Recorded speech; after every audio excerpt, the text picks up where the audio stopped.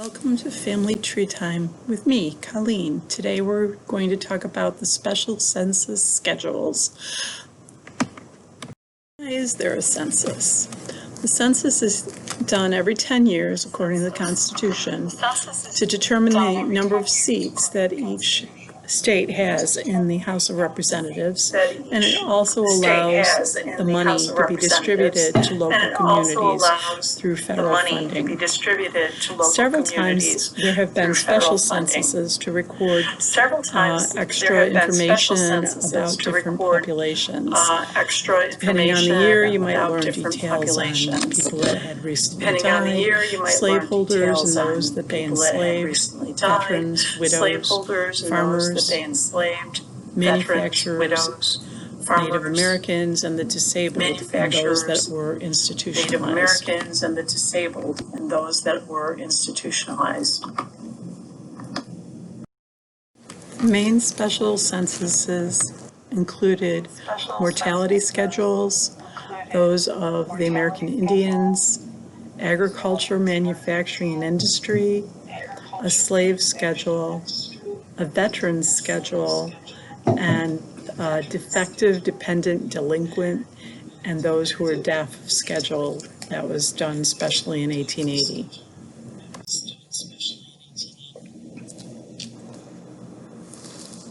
What I want to talk about is the mortality schedule.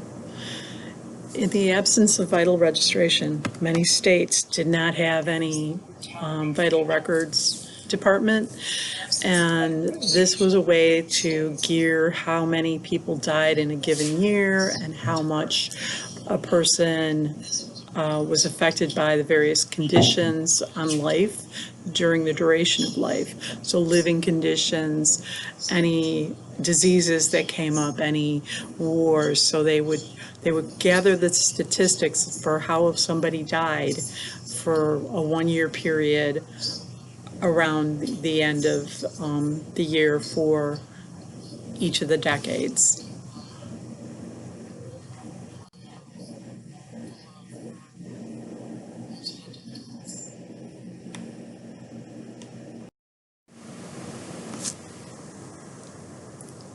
This is a sample record of a mortality schedule from Ohio.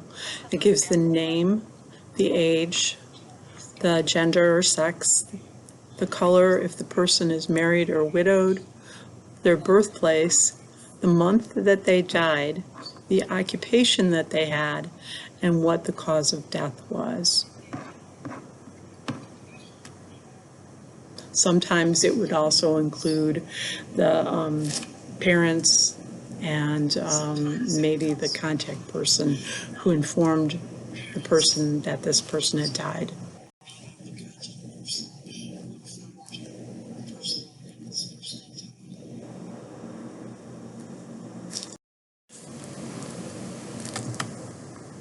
Prior to 1850, American Indians weren't counted unless they paid taxes.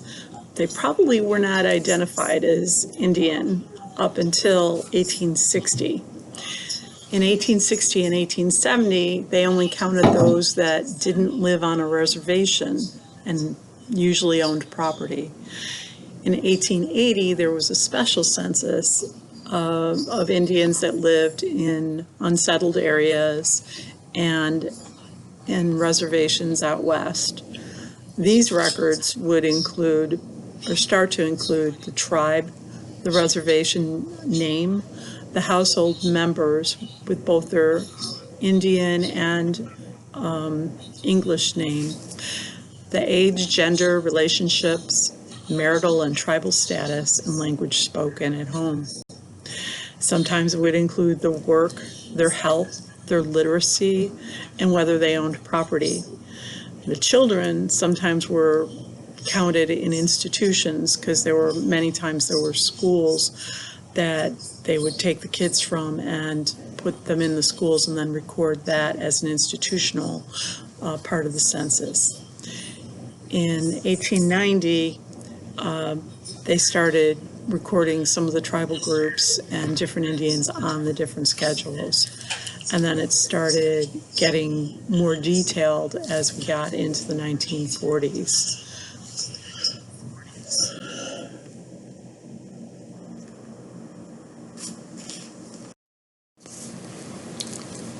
The agriculture and economic censuses began in 1810 as part of the regular census. They are currently still ongoing and are taken every 5 years. They describe the home or the businesses and include the income, employment, and product and sales of a particular industry. They can be used for a description of how your ancestors lived. For instance, in this census here, James Dodge owned a farm. He had 15 improved acres, and the rest were unimproved. He owned 2 cows, 2 oxen, 10 sheep, and he harvested wheat and oats. The unimproved land was either because it wasn't arable or it was used for the sheep to graze on. But you can figure out, like, if your person, in my case, my great-great-grandfather was blacksmith, so I learned he had a shop on the middle of the square in Watertown, New York, and he was there for about 40 years, and different businesses stayed in that area together. There was also a livery stable next door, so he was in a good spot to be running a blacksmith.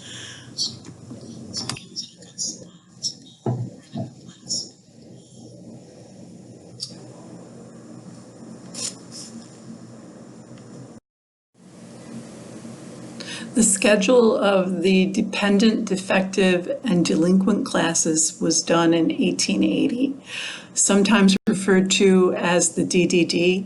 This recorded anyone that was included somebody who was sick, as insane, idiot, deaf mutes, blind, paupers, homeless children, prisoners. This was recorded on the main census in a column, and then in these columns at the end of the main census, you could then go to this schedule of the DDD and find further information. However, the schedule of the DDD does not always record, it's not always recorded for the town that the person was recorded for in the main census. That person may have been sent away. For instance, I have a great-grandfather who was in the military who became senile in his old age, and he was sent away from Rochester, New York, where he was from, to another town which had a state hospital for people that had, infirmities. So he's recorded in 2 different places on the census for 1880 as part of a population in a hospital, and also as a person who is removed from the home in his family home in Rochester. In 1890, there was included in the census a special schedule enumerating Union, veterans, and widows of the Civil War. So this did not cover the South or anybody that was in the Confederacy. But however, there are nearly 75,000 records, and these were done to locate comrades to testify in pension claims for Union soldiers or their widows or their family, because there was no Social Security or no pension, so people would have to build a case and then go before Congress to get any monies for injuries or for deaths of spouse or parent, and they needed to prove this before they could get any money from the government.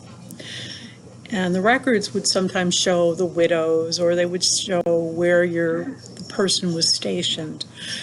For instance, the first person listed on this census from Oswego, New York, is a guy named Bratton, who served as a corporal in Company C of the 147th New York Volunteer Infantry.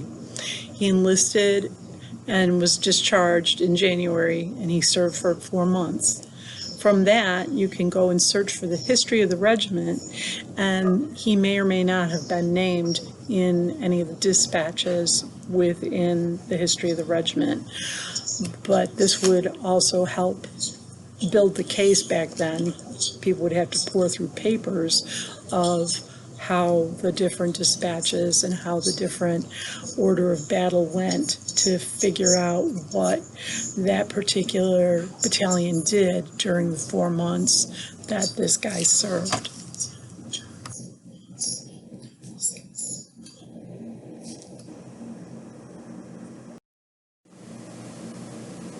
Have you filled out your census today? Make sure we count, because you want to have as much representation and finances coming to our area.